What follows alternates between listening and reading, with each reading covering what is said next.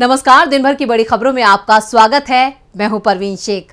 आज इस बुलेटिन में बात होगी नई संसद को लेकर सत्ता और विपक्ष में छिड़ी तकरार की, राहुल के साथ केजरीवाल की मुलाकात की, बात करेंगे तेलंगाना में प्रियंका की पदयात्रा की, साथ आए गहलोत पायलट की, साथ ही जानेंगे तमिलनाडु में क्यों अमूल की एंट्री पर मचा है विवाद। बुलेटिन के आखिर में बात होगी हर मोर्चे पर फेल मोदी सरकार की। इसके साथ ही और भी कई खबरों से आपको करवाएंगे रूबरू, लेकिन तमाम बड़ी खबरों से पहले एक नजर सुर्खियों पर।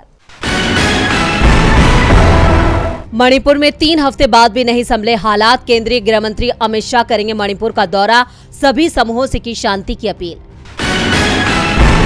कर्नाटक के पूर्व डीजीपी प्रवीण सूद ने सीबीआई डायरेक्टर के रूप में कार्यभार संभाला। कर्नाटक चुनाव में बीजेपी की हार के कुछ घंटों बाद ही सूद को सीबीआई डायरेक्टर बनाने पर हो गया था फैसला। जेडीयू अध्यक्ष ललन सिंह ने नए संसद भवन के निर्माण पर उठाए सवाल, कहा हमारी सरकार बनी तो नए संसद भवन में हम दूसरा काम करेंगे। तेजी के साथ बंद हुआ शेयर बाजार, सेंसेक्स 99 अंकों की तेजी के साथ 61,873 अंक पर हुआ बंद। निफ्टी 36 अंकों की तेजी के साथ 18,321 अंक पर हुआ बंद। ये तो थी सुर्खियां और अब बात आज की सबसे बड़ी खबर की। संसद भवन के उद्घाटन को लेकर रार बढ़ती ही जा रही है। विपक्षी दल मांग कर रहे हैं कि इसका उद्घाटन राष्ट्रपति से कराया जाए, लेकिन मोदी सरकार विपक्ष की मांग मानने को तैयार नहीं दिख रही है। मामला सुप्रीम कोर्ट तक पहुंच गया है। ऐसे में सवाल उठ रहे हैं कि 28 मई को नए संसद भवन का उद्घाटन हो भी पाएगा या नहीं। देखते हैं ये रिपोर्ट। संसद भवन के उद्घाटन पर रार बढ़ती जा रही है। 28 मई को पीएम मोदी इसका उद्घाटन करेंगे, लेकिन विपक्ष ने इस कार्यक्रम के बहिष्कार का ऐलान कर दिया है। विपक्ष की मांग है कि राष्ट्रपति संसद का अंग होता है और वो ही सर्वोच्च नेता है, इसलिए संसद के उद्घाटन का अधिकार राष्ट्रपति को है। इसे लेकर कांग्रेस अध्यक्ष मल्लिकार्जुन खड़गे ने मोदी सरकार को घेरते हुए ट्वीट किया। उन्होंने लिखा, मोदी जी, संसद जनता द्वारा स्थापित लोकतंत्र का मंदिर है। महामहिम राष्ट्रपति का पद संसद का प्रथम अंग है। आपकी सरकार के अहंकार ने संसदीय प्रणाली को नुकसान पहुंचाया है। 140 करोड़ भारतीय जानना चाहते हैं कि भारत के राष्ट्रपति से संसद भवन के उद्घाटन का हक छीनकर आप क्या जताना चाहते हैं। कांग्रेस सहित 19 विपक्षी दल ऐलान कर चुके हैं कि वो 28 मई को होने वाले कार्यक्रम का बहिष्कार करेंगे। वैसे बहिष्कार करने वाले दलों की संख्या अब 20 से ज्यादा हो चुकी है। इस बीच ये मामला सुप्रीम कोर्ट भी पहुंच गया है। कोर्ट में पीआईएल दाखिल करते हुए कहा गया है कि राष्ट्रपति देश की प्रथम नागरिक हैं। संविधान के अनुच्छेद 79 के मुताबिक राष्ट्रपति संसद का भी अनिवार्य हिस्सा है। लोकसभा सचिवालय ने उनसे उद्घाटन न करवाने का जो फैसला लिया है वो पूरी तरह से गलत है। देश के संवैधानिक प्रमुख होने के नाते राष्ट्रपति ही प्रधानमंत्री की नियुक्ति करते हैं। सभी बड़े फैसले भी राष्ट्रपति के नाम पर लिए जाते हैं। याचिका में कहा गया है कि अनुच्छेद 85 के तहत राष्ट्रपति ही संसद का सत्र बुलाते हैं। अनुच्छेद 87 के तहत उनका संसद में अभिभाषण होता है, जिसमें वो दोनों सदनों को संबोधित करते हैं। संसद से पारित सभी विधेयक राष्ट्रपति की मंजूरी के बाद ही कानून बनते हैं, इसलिए राष्ट्रपति से ही संसद के नए भवन का उद्घाटन करवाया जाना चाहिए।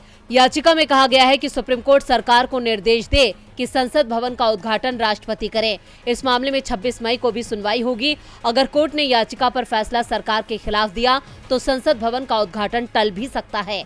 नई संसद पर छिड़ा सियासी घमासान अपने उफान पर है, तो दिल्ली को लेकर केंद्र के अध्यादेश पर सियासी घमासान मचा है। अब इसको लेकर सीएम केजरीवाल कल दिल्ली में राहुल और सोनिया गांधी से मुलाकात करने की तैयारी में है। तो क्या है इसके सियासी मायने, देखते हैं ये रिपोर्ट। मोदी सरकार के खिलाफ अब विपक्ष की मजबूत लामबंदी दिखाई देने लगी है। अब तक कांग्रेस से दूरी दिखा रहे अरविंद केजरीवाल राहुल और सोनिया गांधी से मुलाकात का समय मांग रहे हैं। केजरीवाल को भी समझ में आ चुका है कि बिना कांग्रेस की मदद के वो बीजेपी का सामना नहीं कर पाएंगे। ऐसे में नजरें कांग्रेस पर टिकी हुई हैं कि क्या वो केजरीवाल की मदद करेगी। वैसे इस बात के संकेत राहुल खड़गे के साथ नीतीश कुमार की मुलाकात में भी मिल रहे थे कि दिल्ली के अधिकारों को लेकर जो विधेयक संसद में लाया जाएगा, कांग्रेस उसका विरोध कर सकती है। कांग्रेस ने अपने पत्ते नहीं खोले थे। केजरीवाल को कांग्रेस की जरूरत थी। वैसे वो दूसरे राजनीतिक दलों के साथ भी मुलाकात कर रहे थे, लेकिन जब शरद पवार से मिलने के लिए केजरीवाल पहुंचे तो उनके सुर बदल चुके थे।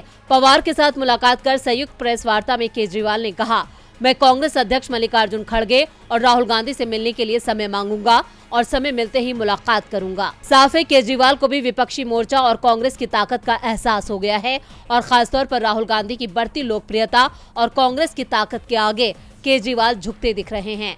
दरअसल केजरीवाल को इस समय केंद्र के अध्यादेश, जिसमें दिल्ली में अधिकारियों के ट्रांसफर पोस्टिंग का अधिकार एलजी को दिया गया है, उस बिल को राज्यसभा में रोकने के लिए कांग्रेस की जरूरत है। और शरद पवार ने इस मामले में केजरीवाल को राय दी कि पहले वो कांग्रेस नेताओं से मुलाकात करे, तभी बात आगे बढ़ पाएगी। वैसे पवार की ओर से जरूर केजरीवाल को आश्वासन दिया गया है कि बिल पर वोटिंग के समय वो आपका साथ देंगे, साथ ही आपके समर्थन में दूसरे दलों से भी बात करेंगे। राहुल और सोनिया के साथ केजरीवाल की मुलाकात से बीजेपी की चिंता बढ़ गई है। चिंता तो प्रियंका गांधी ने तेलंगाना सीएम केसीआर की बढ़ा दी है। कर्नाटक के बाद अब एक और दक्षिण राज्य तेलंगाना में विधानसभा चुनाव होने हैं। ऐसे में एक जीत से उत्साह में कांग्रेस अब दूसरा राज्य भी फतह करने की जुगत लगा रही है। तेलंगाना में केसीआर के खिलाफ इस बार प्रियंका गांधी ताल ठोकने जा रही हैं। तो क्या है प्रियंका को लेकर कांग्रेस का प्लान, देखते हैं ये रिपोर्ट। तेलंगाना में इस बार विधानसभा चुनाव काफी धुआंधार होने वाला है। खबर है कि कांग्रेस मुख्यमंत्री के चंद्रशेखर राव के खिलाफ महासचिव प्रियंका गांधी को मुख्य चेहरा बना सकती है। इसे लेकर कांग्रेस में बैठकों का दौर भी जारी है। एक मीडिया रिपोर्ट के अनुसार तेलंगाना कांग्रेस के नेता प्रियंका से मुलाकात कर उन्हें योजना भी बता चुके हैं। कांग्रेस नेता चाहते हैं कि प्रियंका ये सुनिश्चित करें कि घोषणा पत्र में किए गए वादे पूरे किए जाएंगे। खबर है कि प्रियंका तेलंगाना में 7 या 10 दिनों की पदयात्रा भी कर सकती हैं। राज्य में साल के आखिर तक चुनाव हो सकते हैं। रिपोर्ट में ऑल इंडिया कांग्रेस कमेटी के नेता के हवाले से बताया गया, जिस पार्टी कांग्रेस ने तेलंगाना राज्य के गठन पर मोहर लगाई, प्रियंका लोगों से उस कांग्रेस को एक मौका देने के लिए कहेंगी। साथ ही वो प्रदेश कांग्रेस कमेटी की तरफ से किए गए वादों को पूरा करने की गारंटी भी देंगी। फिलहाल राज्य में भारत राष्ट्र समिति की सरकार है। दरअसल ये कहा जा रहा है कि तेलंगाना कांग्रेस के नेताओं का मानना है कि युवाओं और किसानों के लिए सिर्फ योजनाओं के ऐलान से काम नहीं चलेगा। वो केसीआर के सामने चुनौती पेश करने के लिए प्रियंका गांधी जैसा मजबूत चेहरा चाहते हैं। पार्टी के वरिष्ठ नेता मानते हैं कि तेलुगु मतदाता सिर्फ पार्टी की विचारधारा या योजनाओं से नहीं, बल्कि मजबूत नेताओं से प्रभावित होते हैं। हाल ही में कांग्रेस को हिमाचल प्रदेश और कर्नाटक में बड़ी जीत मिली है। दोनों ही राज्यों में पार्टी ने सरकार बनाने में सफलता हासिल की। खास बात यह है कि इन राज्यों में प्रियंका गांधी की भूमिका काफी सक्रिय रही। हिमाचल प्रदेश जीतने के बाद मुख्यमंत्री पद को लेकर खड़े हुए तनाव को खत्म करने में भी कांग्रेस महासचिव प्रियंका का बड़ा रोल माना जाता है। ऐसे में प्रियंका पर कांग्रेस को काफी भरोसा है। अब देखना होगा कि प्रियंका कब से चुनावी मैदान में उतरती हैं। प्रियंका के तेलंगाना चुनाव में उतरने की खबरों ने केसीआर खेमे में हलचल पैदा कर दी है। प्रियंका की ये पदयात्रा तेलंगाना सरकार की मुश्किलें बढ़ा सकती है। मुश्किलें तो गहलोत और पायलट ने भी बढ़ा रखी हैं। साल के आखिर में राजस्थान में विधानसभा चुनाव है। चुनाव से पहले राजस्थान में कांग्रेस पार्टी 2 गुटों में बटी नजर आ रही है। ऐसे में चुनावी तैयारियों और राज्य में कांग्रेस नेताओं के बीच गुटबाजी खत्म करने के लिए खड़गे ने दिल्ली में बैठक बुलाई है। राजस्थान विधानसभा चुनाव से पहले सीएम अशोक गहलोत और पूर्व डिप्टी सीएम सचिन पायलट के बीच चल रही खींचतान और विवाद को निपटाने के लिए कांग्रेस अब पूरी तरह से तैयार है। 26 मई को दोपहर बाद अहम बैठक एआईसीसी मुख्यालय पर बुलाई गई है। सीएम अशोक गहलोत दोपहर तक दिल्ली पहुंचेंगे। बैठक में प्रदेश कांग्रेस अध्यक्ष गोविंद सिंह डोटासरा, विधानसभा अध्यक्ष डॉक्टर सीपी जोशी, प्रदेश कांग्रेस प्रभारी सुखजिंदर सिंह रंधावा और तीनों सह प्रभारी भी मौजूद रहेंगे। सचिन पायलट को भी बैठक में बुलाया गया है। ये बैठक कांग्रेस के राष्ट्रीय अध्यक्ष मल्लिकार्जुन खड़गे ने बुलाई है। इस बैठक में राजस्थान कांग्रेस के वरिष्ठ नेताओं के साथ ही कई कांग्रेसी नेता मौजूद रहेंगे। आपको बता दें कि कांग्रेस कोशिश कर रही है कि राजस्थान में गुटबाजी को खत्म कर सभी नेताओं को एक साथ लाया जाए। इस बैठक में कांग्रेस राजस्थान में होने वाले विधानसभा चुनावों को लेकर रणनीति तैयार करेगी। लेकिन बैठक का मुख्य मुद्दा राजस्थान में कांग्रेस नेताओं को एक करने का है, ताकि आने वाले चुनावों में कांग्रेस अच्छा प्रदर्शन कर सके। खबरों के मुताबिक इस बैठक में सरकार के कामकाज पर चर्चा होगी और साथ ही विधायकों पर एक सर्वेक्षण रिपोर्ट और आने वाले चुनावों में कांग्रेस किन मुद्दों को प्रमुख रूप से उठाएगी, इस पर चर्चा की जाएगी। इसके साथ ही ये जानकारी भी मिली है कि मंत्रियों पर भी एक सर्वेक्षण रिपोर्ट मांगी गई है। इसके साथ ही इस बैठक में राजस्थान में कांग्रेस के उम्मीदवारों की जल्द घोषणा पर भी चर्चा की जाएगी। राजस्थान प्रभारी एसएस रंधावा ने कहा है कि बैठक विधानसभा चुनाव की तैयारियों से जुड़ी होगी और खासतौर से किसी व्यक्तिगत मुद्दे से जुड़ी नहीं होगी। पहले पायलट मामले में मुखर रहे रंधावा अब सीधे बयान देने से परहेज कर रहे हैं। अब देखना होगा कि खड़गे की रणनीति क्या काम करती है। क्या पायलट और गहलोत एक साथ आते हैं या फिर पार्टी सख्त कदम उठाती है। गहलोत पायलट की नजदीकियों से बीजेपी की रणनीति को बड़ा झटका लगेगा। झटका तो अमूल को कर्नाटक के बाद तमिलनाडु में लगा है। कर्नाटक के बाद तमिलनाडु में अमूल की एंट्री से विवाद छिड़ गया है। मामला इतना बढ़ गया है कि राज्य के मुख्यमंत्री एम.के. स्टालिन को केंद्रीय गृह मंत्री अमित शाह को पत्र तक लिखना पड़ गया। स्टालिन ने केंद्र से तुरंत इस मामले में हस्तक्षेप की मांग की है। क्या है पूरा मामला, देखते हैं इस रिपोर्ट में। कर्नाटक के बाद अब तमिलनाडु में अमूल को लेकर विवाद शुरू हो गया है। कर्नाटक में कांग्रेस और जेडीएस ने इस मामले में बीजेपी पर लोकल ब्रांड नंदिनी को खत्म करने का आरोप लगाया और कर्नाटक विधानसभा चुनाव में ये बड़ा मुद्दा बन गया था। अब तमिलनाडु की सियासत में अमूल दूध ने हलचल मचा दी है। विवाद इतना बढ़ चुका है कि तमिलनाडु के सीएम एम.के. स्टालिन ने गृह मंत्री अमित शाह को पत्र लिखा और अपने पत्र में स्टालिन ने कहा कि अब तक अमूल राज्य में अपने केंद्रों से दूध बेचती थी, लेकिन अब आविन से दूध खरीदने लगी है। इससे राज्य में डेयरी क्षेत्र में काम कर रहे कोऑपरेटिव के बीच अस्वस्थ प्रतिस्पर्धा को बढ़ावा मिल सकता है। इसके लिए मैं आपसे आग्रह करता हूं कि अमूल को आविन से दूध खरीदने से तत्काल रोकने के लिए हस्तक्षेप करें। इससे पहले तमिलनाडु में दही पर बवाल देखने को मिला था। CM MK. स्टालिन ने इस पर तीखा बयान भी दिया था। दरअसल भारतीय खाद्य सुरक्षा और मानक प्राधिकरण यानी कि FSI के एक आदेश पर शुरू हुआ। FSI ने अपने आदेश में कर्नाटक मिल्क फेडरेशन यानी कि MF को पैकेट पर दही को प्रमुखता से दही मुद्रित करने का निर्देश दिया था, जिसके बाद तमिलनाडु के सीएम एम.के. स्टालिन ने दही के पैकेटों पर दही लिखकर हिंदी को कथित तौर पर थोपे जाने का आरोप लगाया। सीएम ने ये भी कह डाला था कि हिंदी लागू करने की जिद इस हद तक आ गई है कि हमें कार्ड के पैकेट को भी हिंदी में करने के लिए निर्देश दिए जा रहे हैं, जिससे हमारे अपने राज्यों में तमिल और कन्नड़ पीछे हो रहा है। हमारी मातृभाषाओं का ऐसा अपमान सुनिश्चित करेगा कि इसके जिम्मेदार हमेशा के लिए दक्षिण से बाहर कर दिए जाएंगे। तमिलनाडु में दूध पर हो रही सियासत से बीजेपी मुश्किल में है। मुश्किलें तो कर्नाटक बीजेपी की भी बढ़ गई हैं। कर्नाटक में प्रचंड जीत के बाद से कांग्रेस बेहद उत्साहित है।